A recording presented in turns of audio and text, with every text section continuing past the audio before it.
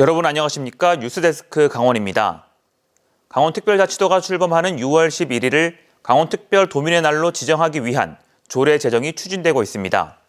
강원도는 특별자치도 출범에 맞춰 도민들의 긍지와 애향심을 높이고 강원특별자치도 발전에 기여하기 위해 매년 6월 11일을 강원특별도민의 날로 지정하는 내용의 조례 제정안을 입법 예고했습니다. 해당 조례에는 조례 제정 목적과 특별자치도민의 날 기념행사의 근거 등을 포함하고 있으며 다음 달 9일까지 기관이나 개인의 의견을 접수합니다. 대한석탄공사 광업소들이 순차적으로 문을 닫을 계획이어서 사택 아파트에 살고 있는 사람들의 주거 문제가 대두되고 있습니다. 석탄공사 사택에는 임직원뿐만 아니라 상당수 지역 주민들도 살고 있어 대책 마련이 필요합니다. 김영호 기자가 보도합니다. 태백시 장성동에 위치한 대한석탄공사의 회사 아파트입니다. 1980년대 말 지어진 이 아파트는 5개 동 200세대 규모입니다. 30년 넘는 세월에 외벽과 시설 등이 낡았지만 거주하는 사람들이 꽤 많은 이유는 저렴한 거주 비용 때문입니다. 일반 주민들까지 석탄공사에 연간 100만 원 이하의 임대료를 내고 사는 것으로 알려져 있는데 특히 어르신들이 많습니다. 세를 달라면 세를 죽겠고 다른 연구를 하려면 하고 그래 갈 데도 없잖아요. 대한석탄공사 장성광업소가 소유하고 있는 사택만 태백 지역 5곳에 2천여 세대에 달합니다. 사택 입주율이 얼마나 되는지는 석탄공사가 공개하지 않고 있는데 대한석탄공사의 회사 아파트에 거주하는 사람의 절반 이상이 일반 주민인 것으로 알려져 있습니다. 석탄공사의 경영 악화에다 조기 폐광 계획까지 겹치면서 사택의 유지 보수는 제대로 이루어지지 않고 있습니다. 안전에 문제가 있지만 회사 소유라 보수 공사도 쉽지 않습니다. 문제는 폐광이 이루어지면 사택에서 계속 살 수 있을지 장담하기 어렵다는 점입니다. 태백시가 안전도 평가를 거쳐 석공의 부지와 건물 등을 매입할 계획인데 철거를 하거나 남은 사택에 거주가 가능하더라도 임대 비용이 올라갈 수 있습니다. 광해 현황 조사 및 광해 복구 대책 수립 용역을 추진합니다.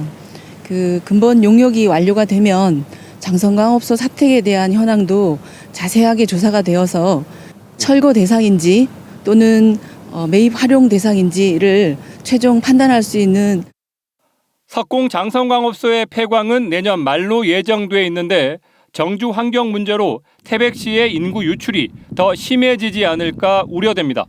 MBC 뉴스 김영호입니다. 농어촌 민박, 흔히 펜션이라고 하죠. 안전사고가 적지 않은데요. 정부가 안전 컨설팅을 하라고 보조금을 지원했는데 이게 사진 몇 장 찍고 5분 만에 끝났다는 민박집 주인들의 증언이 나왔습니다. 민박 운영자 단체인 한국농어촌민박협회가 보조금을 엉터리로 집행한 의혹을 포착하고 경찰이 수사에 나섰습니다. 윤화은 기자가 보도합니다. 지난 2018년 12월 강릉 펜션에서 발생한 일산화탄소 중독 사고. 어긋난 보일러 배관에서 가스가 누출된 것이 원인이었습니다. 갓 수능을 마친 10대 3명이 숨지고 7명이 병원으로 옮겨져 치료를 받았습니다. 이후 농어촌 민박에 대한 대대적인 안전점검과 사고 방지 대책이 필요하다는 지적이 쏟아졌습니다. 주무당국인 농림축산식품부와 농어촌공사는 안전사고 예방과 서비스 품질 개선을 위해 컨설팅 사업을 시작했습니다. 민박 운영자가 6만 원만 부담하면 30만 원 상당의 안전진단과 서비스 개선 컨설팅을 해주는 겁니다. 연락망이 잘 구축돼 있는 한국농어촌민박협회를 통해 참여자를 모집했습니다. 문제가 된 건 지난 2021년. 민박협회가 선정한 컨설팅 업체가 농어촌 민박 6천 곳을 돌며 컨설팅을 진행했는데 제대로 이루어지지 않았습니다. 5분 만에 사진만 찍고 돌아가거나 서명을 강요하기도 했습니다. 특별하게 가서 컨설팅을 한다든가 이런 게 한 게 아니고 그냥 사진 몇 장 찍고 다 그냥 간 거예요. 그러니까 하루에 수십 집을 하는 거지. 어디서 나왔는지도 잘 모르고 왜 업체를 감시를 안 하느냐. 감시를 해야지. 의아하게 여긴 지역 대표들이 본부에 문의하자 회장단은 컨설팅 업체와 짜고 3억 6천만 원의 자부담금을 내지 않고 보조금 14억 4천만 원으로 사업을 진행하기로 얘기를 끝냈다는 황당한 답변을 내놨습니다. 자부담 신청을 한 것처럼 서류를 꾸몄다는 겁니다. 민박협회가 편법을 제안했기 때문에 안전점검 컨설팅이 부실하게 진행돼도 협회 차원에서 이의를 제기하기 어려운 상황이었던 걸로 추정할 수 있습니다. 이런 의혹은 내부 고발로 세상에 알려졌고 경찰 수사도 진행 중입니다. 농식품부에다가 관리 감독을 철저히 해서 이거 좀 시정을 해달라고 몇 차례 요구했으나 그거는 전부 다 거절을 당했습니다. 모든 물증을 잡아가지고 주위한테 제시를 해라. 근데 물증을 저희가 잡을 수 있는 수사기관도 아니고 그런데 어떻게 그걸 저희가 가서. 강원경찰청 반부패 경제범죄수사대는 지난해 말 춘천에 있는 한국농어촌 민박협회 사무실을 압수수색하고 계좌 추적도 진행했습니다. 또 해당 컨설팅 사업 외에도 여러 건의 보조금 유용, 횡령 등의 혐의를 확인한 것으로 확인됐습니다. MBC 뉴스 윤하은입니다. 오늘 오전 11시 반쯤 정선군 북평면 가류항산 케이블카가 가다 멈추기를 반복하는 등 20여 분 동안 비정상 운행했습니다. 정선군은 케이블카 비상 전원을 작동해 사고 발생 1시간 만인 낮 12시 반쯤 정상과 케이블카에 있던 관광객 95명을 모두 하산시켰습니다. 강원도 소방본부는 강풍으로 케이블카 전원이 차단돼 사고가 난 것으로 보고 있습니다. 이에 앞서 오전 7시 30분쯤 고성군 토성면 화암사에 불이 나 4찰내 정자가 모두 탔습니다. 해당 정자는 문화재는 아니며 인명피해도 없었습니다. 소방당국은 3시간여 만에 불을 끄고 정확한 화재 원인과 피해 규모를 조사하고 있습니다.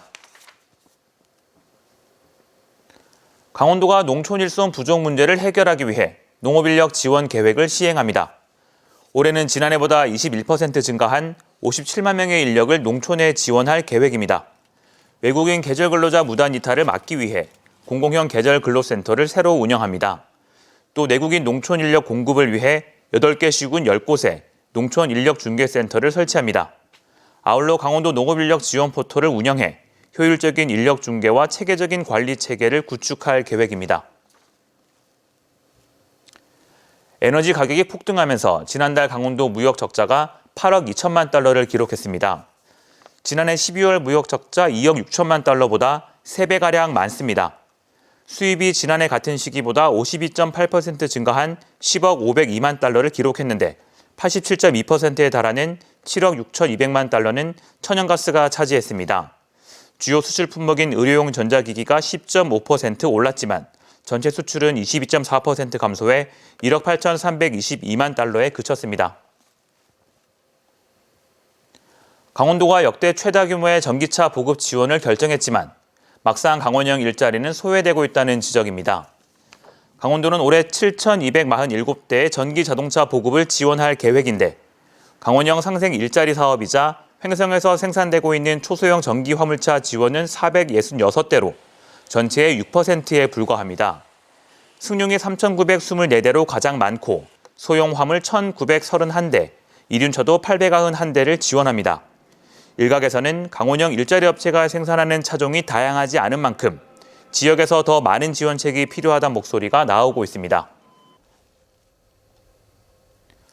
국가 안보를 위해 규제를 받아온 강원도와 경기도, 인천 접경 지역에 평화경제특구를 조성할 수 있는 법안이 국회 외교통일위원회를 통과했습니다. 국회 외통위는 평화경제특별구역의 지정과 운영에 관한 법률안을 의결했고 오는 27일 국회 본회의에 상정될 예정입니다.